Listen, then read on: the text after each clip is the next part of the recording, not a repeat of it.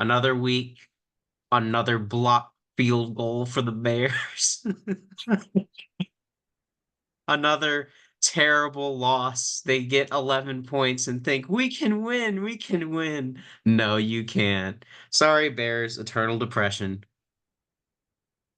You almost blew it though. We're not talking about that. We're talking about the all the bad ways the Bears have won this week. Or not this week, this But do year. you not admit that you almost blew that? Yeah, yeah. To be fair though, we our time of possession in that game was like nothing. So our defense was gassed. Well, apparently they only needed like what, 22 seconds to score 11 points. Nah, they had what, a minute 40, I think, and two timeouts, something like that. No, but from like the play that they got the touchdown on, plus the 2-point conversion, plus the field goal, it was all in a span of like 22 seconds. I don't think so because then we would have had time to score again. No, I mean the play to get the touchdown near the Mhm. goal line to the 2-point conversion to the Oh, onside not the kick. entire drive, just No, from the touchdown pass just to from the the. touchdown, Oh, yeah, yeah, the yeah, field yeah. goal, it was a span of 22 seconds or 28 seconds. Yeah, I thought you meant starting the No, no, drive no, no, no. to the touchdown because that was a whole, yeah, the whole thing's lasted a minute, like 40. But moving on.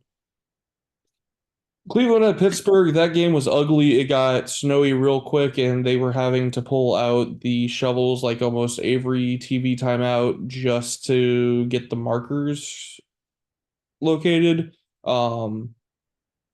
Russell actually didn't play bad in the second half. The offense was a little stalled. Justin Fields came in for a drive, and then Russell Wilson played the rest. Um, just one of those division games where, yes, Cleveland does suck, but in a snowy game at Cleveland, it's just something that you always drop one of those. So I'm not going to kill Pittsburgh too much for this game.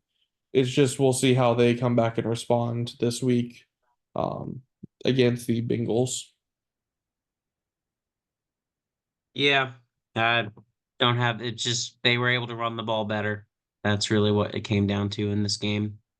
So And I, bad weather, anything can happen. yeah. And for the Detroit, Miami, and Tampa Bay games, what did we expect? Miami actually showing a sign of life, but probably too little too late. Tampa Bay still in the fight for the division because Atlanta keeps effing around and finding out. And Detroit, you beat the Colts. Cool story. Cool story, bro. Yeah. Cool story, bro. Anything But you let's had? talk about perhaps the drunkest game this year. God bless. Those last like what, 5 minutes? Urinating tree even did a video of Oh, this game. Um, I will say, Dallas, maybe you're finally realizing that Turpin, like, he actually is the fastest player in the NFL as of this year. Like, he passed Tyreek Hill's fastest time ever recorded. So he actually, to this day, is the fastest NFL player. And like, maybe you can start turning him into a Tyreek Hill as a receiver, but no, you're just going to bring him in on special packages and keep him at returner. So and then he almost like he could have lost them that game with that fumble near the goal line with the kick return. He just got lucky enough that gave him enough time for the blocks to get in a way where he can run through it. But bro, lucky enough. Did you see that spin move? Bro, that is one of the absolute things of beauty I've ever seen. though if he had caught that correctly, does he have that same effect? I don't know. He was still running after he caught it. It still took them a while to get to him, so it's not like he was coming right off a catch or a fumble recovery. So, I just but feel I just know that spin move was nasty. it was. I'm not saying it wasn't. It's just sometimes when you have a chaotic play like that where the defense like that, like especially for the defenders trying to block or cover the kick, Yeah. Like sometimes that puts you like, oh crud, wait, what? Hold on. So because like the blockers, they're just facing whoever they got to block. Yeah, but I mean, you're also still chasing it down no matter what because if he drops it, you're still going to chase the guy into the fumble to try and recover the fumble. Yeah. So I don't think it changes much. I think it was just a great play because like how often do kick returns or punt returns get actually returned for a touchdown? It's not very often. So you got to break tackles like that. So This year's at been least not a from bit 99 weird with the yards. new kicking rules, but So yeah, but new kicking rules is not very good. because it's almost like we've seen almost like a kick almost every week, if not every other week. Right. And then Harkening you have back to times earlier. where it's just we kick it out of bounds or Yep. touchback or to the 30 or whatever. But Hmm. yeah, Washington, I believe that's five straight or no, it might not be five. What I think no, it's what, three straight? Them losing? Yeah. I think it's two, actually. Why did I think it was more? They've lost three straight. It is three? Okay. Yep. Um, Interesting. so yeah, Washington just has to turn around. Now they've had some tough games these past few games. Earlier in the year, they got away with a little bit of an easier schedule. These last Yeah. 3 weeks, it's been close games, but they just haven't been over the hump. Um, could honestly argue four with that Chicago game if the defender is not too busy celebrating and actually blocks his guy. Yeah. Um, but it's one of those things with the NFL. It's a young team, rookie quarterback. Rookie quarterback, and you're on a Cinderella story. It's Yeah. magic carpet ride. It's, You're gonna you know, have bumps in the road. It's not gonna be perfect, you're and still in playoff contention. You're just a wild card. yeah, as long as they can just instead of letting this pull them down, learn from it. Because like we'll get to the Seattle game in a bit, but I kind of see that little streak they went on with losses help them grow to where they are now. The Commanders need to do the same thing. Don't let it bring them down. Learn from it and bounce back. They probably still have a few easier games. Got another game at Dallas with Dak out the rest of the year, so you'll have the chance to get the run back. But Yeah. Kansas City, you suck. No, no, no, no, no. I wanted the introduction to this one. Speaking of almost blowing it, Kansas City. Almost letting the Panthers come back and beat you. And of course, all the media is like, oh, the highlight of the week. Mahomes putting on the wheels for 30 yards, blah, blah, blah, blah, blah. Nah, no, that is not the highlight of the week. I'm sorry. Turpin should be taking over all the plays of the week for this one. But no, like this is just proof that like Kansas City keeps winning ugly. And like if you win ugly, like we do sometimes, like it's still winning. It's a dub. So, but that was concerning for the Chiefs. Normally their defense is really good. Especially And after a loss, you would think like that was my worry last week. I was like, okay, they're gonna come kill the Panthers, even though we right. were joking that hey, maybe the Panthers will do something. They got close, Had but they not lost to the Bills, Carolina would have won this game.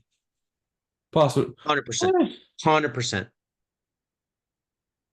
I Because guess imagine them coming into this game after beating the Bills. They're feeling high and mighty. yeah, that's fair. Carolina beats them. It's just one of those things like this is the type of game after a loss to the Bills you would expect Kansas City to come in and absolutely romp them. Um, it didn't happen. And Well, it did yes, for the they're first two winning. quarters. Will they probably win the division and probably the first seed? Most likely, unless they drop a few other games. Just if they do, the Bills will probably take it, but right now they still have the first seed. But this is the type of performance, or this whole season's just been the type of performances that will come back to bite you, Yeah. and I'm we'll see rooting if for it the does. Bills to win the one seed for two reasons. One, I don't want Kansas City three-peating. Two, they play the Lions, so that means they would have to beat the Lions, Who does? The most likely. Chiefs or Bills? The Bills play the Lions. Okay. So that's what I'm meaning by that. But anyway, moving on. Houston. You are. I'm sorry. I'm sorry to say this, Houston. Even though you're going to win your division, most likely, you are officially on fraud watch. There's no more we can say. You lost to the Jets, non-divisional game. Um, who'd they lose to again recently? They lost to somebody else, and then they lose to Tennessee, which is a division game, mind you, but they have not looked good. They lost to the Jets a few weeks ago, but then after that it was the Lions, and then they beat the Cowboys and lose to the Titans. And I will say this Gotcha. was the first division game they've lost all year. So Right. you could chalk it up the division weird. CJ Stroud has not played good this year. You could argue it's the sophomore slump, but he has not played to the standard that we saw last year. Now, what could that potentially, in the long term, have been just a really good second half of the season and we'll never see it again? Right now, it's in question. I wouldn't get I wouldn't start sounding the alarms just yet, but if he continues this the rest of the season, you got to start asking some questions. Now, you had for much of the season, the Texans receivers have been hurt, missing. Um, Hmm. so they haven't had the full complement of weapons that they did last year. You didn't have Diggs last year, but you had Nico Collins and Downs. No, not Downs. Who's the other one? Dell. Dell. Yeah. But now Thinking. you've got Nico and Dell back. So, Though I'm also saying they haven't had consistent availability this year. And that froze off timing, that froze yeah. off chemistry. It's one of those difficult things. It's like having an O line that's continuously changing out pieces. They never get consistent and get that chemistry. Um, And Mixon's having to carry the team instead of Stroud this year because they got Joe Mixon. He's popping off for him. So, which they didn't they're, really have a running back last year like Mixon. yeah, So you could exactly. argue it that they're trying to rely more on the ground game this year than they did last year, where Stroud had the ability to carry the team on his back because they didn't really have a run game or Mhm. efficient run game. So you could argue that, but even without the stats, just the eye test, he hasn't been to that same standard that we saw when he won Rookie of the Year last year. Yeah, I've not seen it. It's crazy. Uh, I don't know what else to say. I mean, hopefully they can get out of it, but they have not looked good. Denver and Las Vegas, that was actually a closer game until Gardner Minshew got out for the season with his shoulder. Um, Las Vegas was able to respond every single time. Then once Minshew got hurt, Denver pulled away with it, but Bo Nix continues his great season. A lot of people are talking about him being rookie of the year. I still think it's Jaden Daniels, but we'll see how the rest of the season turns out. The Las way Vegas, I momentum, don't I even will know. give them one thing, the way momentum is going, if the Commanders keep falling down to earth and Bo Nix and the Broncos keep at least being competitive in games, you could make that argument. I'd still give it to Jaden Daniels right now, but you could start making the argument that the way things are going, Bo Nix is at least catching up pretty fast. Yep. And then Green Bay hosting San Francisco. Congratulations, you beat a beat up San Francisco team with their backup quarterback who has a hurt finger and without Nick Bosa or Brandon Ayuk. Congratulations. Y'all are Um, welcome. they got their revenge. Still can't beat them in the playoffs, but you got your revenge. Good for you. Tiptoeing through the tulips, and they get to play the Dolphins in December. So, well, technically not December because it's coming. Haha, maybe the Dolphins will beat them since it's not technically December football when they play. We'll see how that happens. So I Um, will say for Green Bay, I guess the best way to not have to deal with them in the playoffs is make sure they're not in the playoffs. Um, but yeah, though there were some uncharacteristic fumbles in this game. I think, and a Christian Watson drop on a deep ball. well, that is. not surprising, but That was harkening back to his first ever game, which was yeah. against us, and he dropped first pass. But yeah, there's San Fran, you just need to get healthy. This is probably not your year just because of the amount of injuries you've had. And it goes back to one of those things where if you keep knocking at that door every single year, the wear and tear on your body just you don't have enough time to heal between each season. And it's kind of what we're also seeing with the Chiefs this season. Now they've just been able to somehow voodoo magic their way into having injuries, but still somehow winning, other than the Bills game last week. I Um, I still think San Fran's built on some Indian burial ground or something because they get injured every other year. It seems like the whole team comes down with it. Kansas City hasn't had nearly the amount of injuries because Rashid Rice came in a game that wasn't like a overtime thing. He Mahomes threw his leg out, basically to hospital ball. And as far as I know, Kansas. Who else on Kansas City is hurt right now? um, their running back, Pancheco, I believe. Yeah, Pacheco came out. That's right. He's on my fantasy team. I should know that. There, I feel Um, like there was a couple other. Now it hasn't been to the same amount as the 49ers. yeah, Because I also see the 49ers have had a pretty consistent squad the past few years. Kansas City, not really. Like there's right. been new additions every few years. 49ers have just been running it back, running it back, running it back, running it back, running it back. Mhm. Um, but yeah, The Bills do it too, and the Bills haven't really seen anything either. So though I will say like all of those pieces that we said were gone this off season. Like I know we were talking about their secondary. Diggs goes to the Texans and gets hurt. Um, yeah, these other pieces leave and they've they're not still even been able to do signed. well. Yep. But Speaking anywho, of injuries, Los Angeles just not able to keep up with Philadelphia. Philadelphia now has a 7 game win streak. Yeah, oof. Barkley is a beast. You can just see the string of 255 rushing yards is amazing uh, for a running back. Like Los Angeles just couldn't keep up with them. So one of those games where not much you can do about it.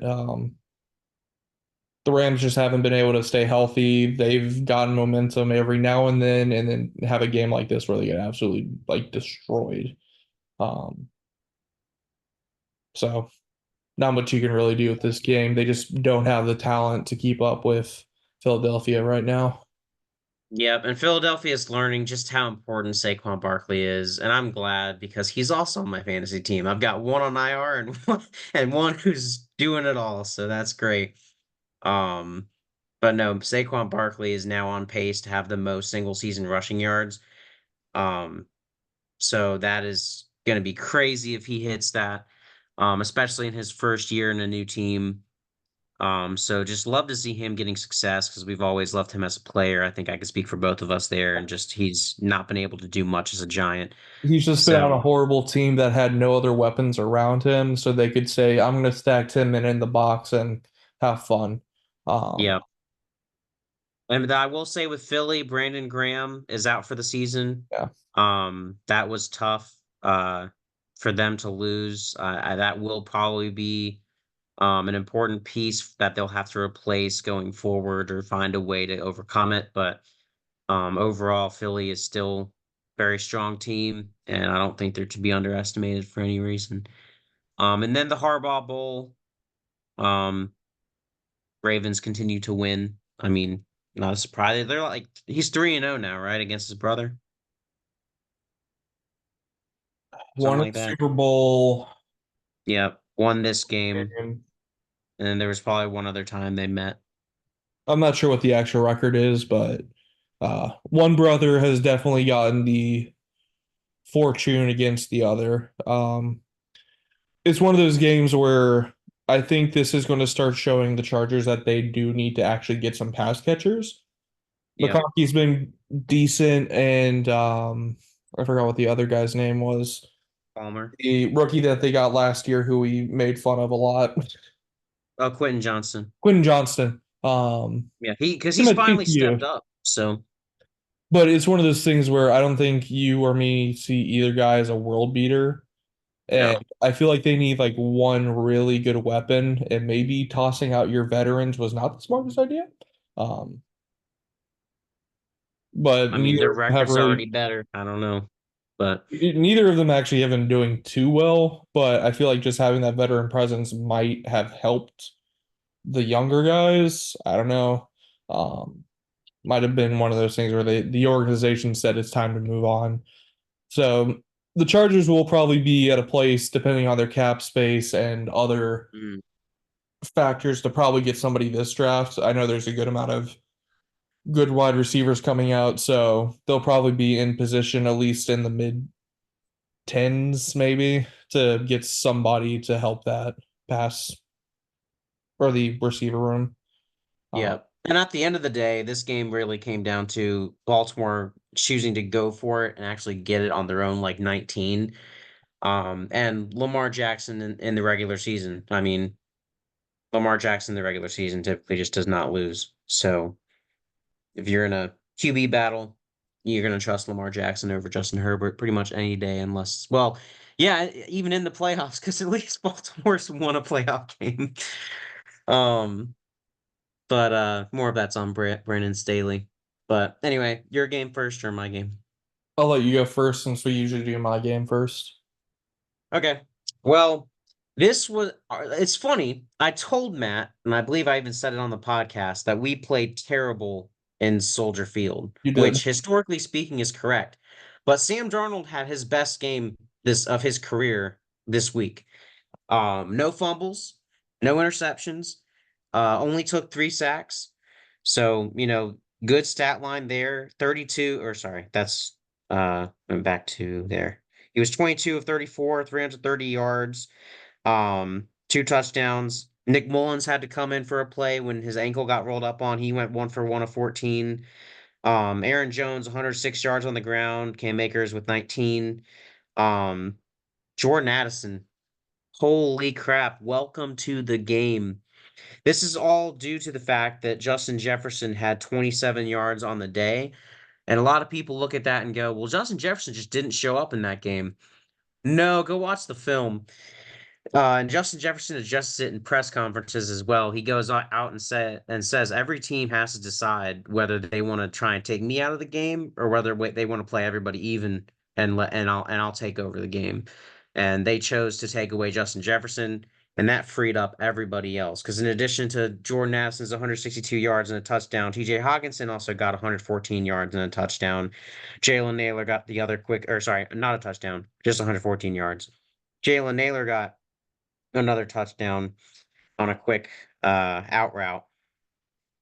We had the blocked field goal by Jerry Tillery. We had a recovered fumble by the Dollar Tree discount aisle clearance, J.J. Watt and Bo Richter that we have. So love that guy's finally doing well on our team. And then Aaron Jones, we broke the streak 27 straight games without a running back scoring a touchdown in the second half of a game. We broke it. Or sorry, rushing touchdown in the second half of a game. So Aaron Jones broke it. Happy to see that. Um, and Parker Romo's proven to be great for us. Jonathan Grenard, 2 sacks and a forced fumble. Just love to see that. Andrew Van Ginkel, still career high in sacks, just adding on to it. Um, really, this game was just crazy. Caleb Williams, like I said, he's catching fire. He had another second straight game. 32, 47 for 340 and 2 touchdowns. Like he did great, but this is what the Vikings like to do. We shut down the run and make you have to beat us with the pass. Now we have a lot of uh cornerbacks who are kind of just like, eh. But our danger is our safety room and our ability to rush the passer, and that's really what this comes down to. We held DeAndre Swift to 13 yards, or sorry, 30 yards on 13 carries. So not he was not able to do much on us. Caleb Williams was their leading rusher for 33 yards on 6 attempts. Um, so I mean, really, it was just they were able to throw some things to DJ Moore's way. Um, Keenan Allen was a pain for a while. Just being speaking of like great receivers that left the Chargers, like Keenan Allen is there, and you got Roma Dunze, you've got DJ Moore. Like pick your poison there. They've got a plethora of weapons. Also Cole Kmet at tight end. So I mean, Chicago has all the pieces. It's just taking Caleb Williams time to actually put it all together. And I think we've seen the past 2 weeks that he's starting to do that. I mean, he's literally one play away from winning this game and a blocked field goal away from beating the Packers last week. We're talking about a completely different Bears team if both those things happen. Thankfully for us, it didn't. Um, but like I said, Caleb Williams is starting to catch fire, and they're still a dangerous team despite what their record looks like. And if this Sam Darnold can continue showing up, we are going to have one heck of a year. And we might even make some noise in the playoffs. Just got to hope this Sam Darnold shows up. But at the end of the day, it's house money. We were supposed to have JJ McCarthy. We've got Sam Darnold, but we're 9-2. So just got to keep riding the wave. Okay, my turn. Yep. So, in the Arizona game, James Conner had 7 carries. Guess how many yards he got off of it? 16. 8 yards. His longest was 4 yards, by the way. Um, Wow. Seattle wasn't much better. Kenneth Walker, 16 carries for 41 yards. Charbonnet, 6 carries for 22 yards. This team's turned into more of we like to pass it just because the run blocking just isn't there most of the time. Now, there was a key third down later in that game on I believe it was an 8-minute drive in the fourth. 13 plays, 49 yards, 8 minutes and 12 seconds in the fourth quarter. That they gave it to Charbonnet and he got a first down off a third down. Um, we kind of made Kyler Murray's life hell. 5 carries or the 5 sacks for 36 yards. Lost.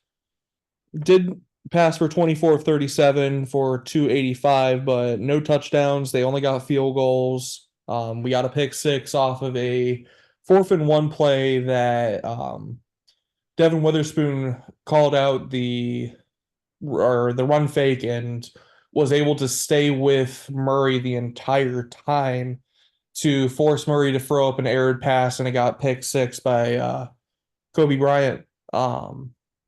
So defense played its heart out this game. The run defense, which I have been saying for weeks, somebody please do something, was really well. Only had like about 49 yards rushing in total. Um, they had 5 tackles for loss, 5 sacks. Leonard Williams was a beast today or that day. 3 tackles for loss, 2.5 sacks, had himself a day.